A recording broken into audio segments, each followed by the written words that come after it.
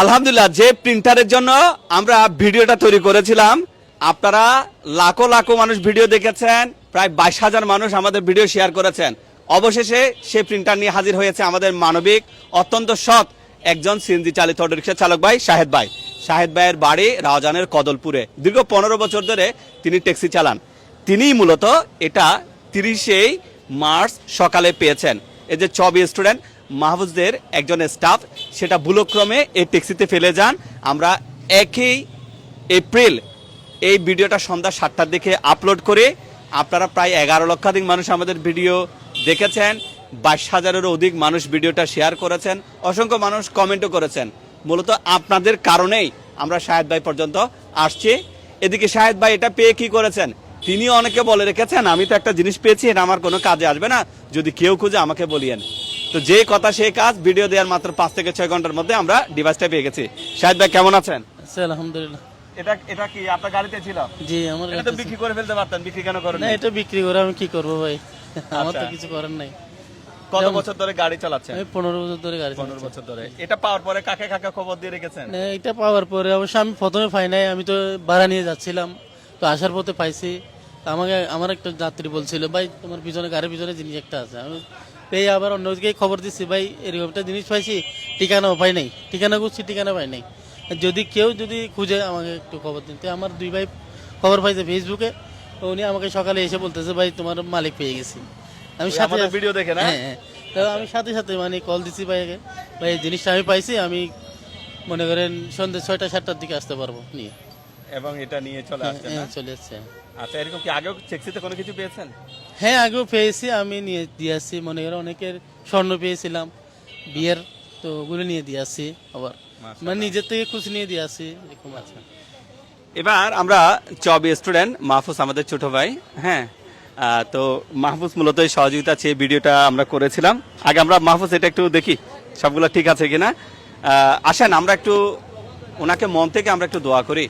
প্রথমত ওনার বাবা অসুস্থ, ওনার বাবা আলিফ হসপিটালে ভর্তি আছে। এই যে দেখেন, অনেকে আবার এগুলোকে আমাদেরকে নাটকও বলে। এই দেখেন, এই হচ্ছে ডিভাইস, এটা আবার কালকের ডিভাইস আর আজকের ডিভাইস না, এটা পেয়েছেন। তো শাহেদ ভাইয়ের বাবা কিন্তু আলিফে ভর্তি আছে, উনি একটা মাইনর স্ট্রোক করেছেন, ওনার বাবার জন্য দোয়া করবেন। আমরা একটু মাহফুজের কাছে আসি। মাহফুজ, এটা পাবেন বলে কি কোনো আশা ছিল? আসসালামু আলাইকুম। সম্মানিত দর্শকবৃন্দ, আপনাদের সবাইকে অনেক অনেক ধন্যবাদ। প্রথম দিকে এটা হারানোর পরে আমি তো চিন্তা করছিলাম এটা আসলে কিভাবে পাবো, এটা হয়তো আর পাবোই না। তো আমরা প্রথমে আমাদের স্টাফ বড়দিঘির পাড়ের আশেপাশে অনেকটা খোঁজাখুঁজি করেছিল, কিন্তু সে তখন পায়নি। আমাদের শাহেদ ভাইও এটা অনেক খোঁজাখুঁজি করেছিল, কিন্তু উনিও আমাদেরকে খুঁজে পায়নি। ফলশ্রুতিতে আমরা আলী ভাইয়ের কাছে আসি এবং উনি এই গতকালকে এই পোস্টটা করে, পোস্টের পরবর্তীতে রাতের 2টার দিকে আমাদের কাছে কল আসে, আমরা জানতে পারি যে ডিভাইস একজনের কাছে আসে।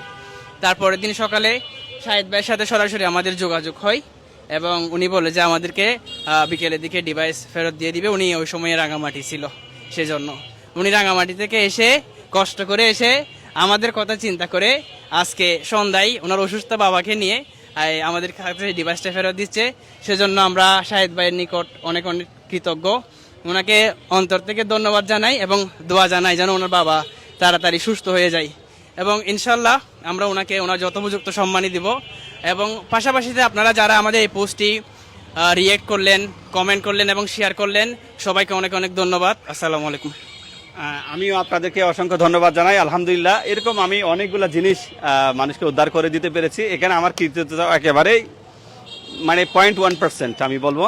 আর সব কৃতিত্ব আপনাদের, কারণ আপনারা আমাদের ভিডিওগুলো দেখেন, শেয়ার করেন, কমেন্ট করেন বলে আমরা এগুলা খুঁজে পাই।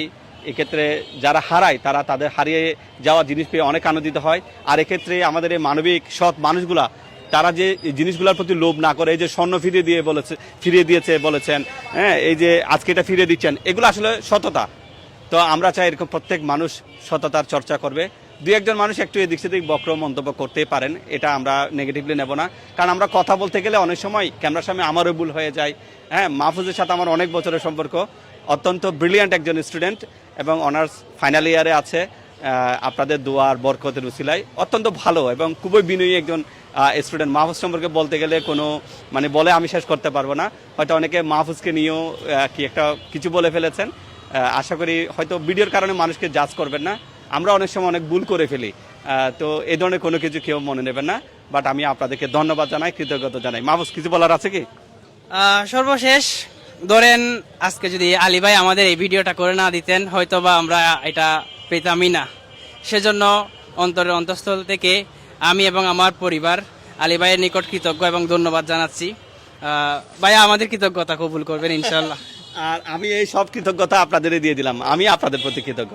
তো ঠিক আছে, আমরা এটা বুঝে পেলাম। আমরা একটা ইয়ে করি আপনার ওনার জন্য আমরা এটা কি সম্মান, এটা আমরা সম্মানিত সম্মানী একটু তুলে দেবেন। আমরা হ্যাঁ না, আপনাকে নিতে হবে। ভাই থাক না, সমস্যা নেই। আপনি না নিলে আমরা কষ্ট পাবো, আপনি না নিলে আমরা কষ্ট পাবো। আমরা ওনাকে কিছুটা সম্মানিত করলাম। এটা কি সম্মানী সেটা দয়া করে কেউ চাইবেন না, এটা আমাদের মধ্যেই থাক।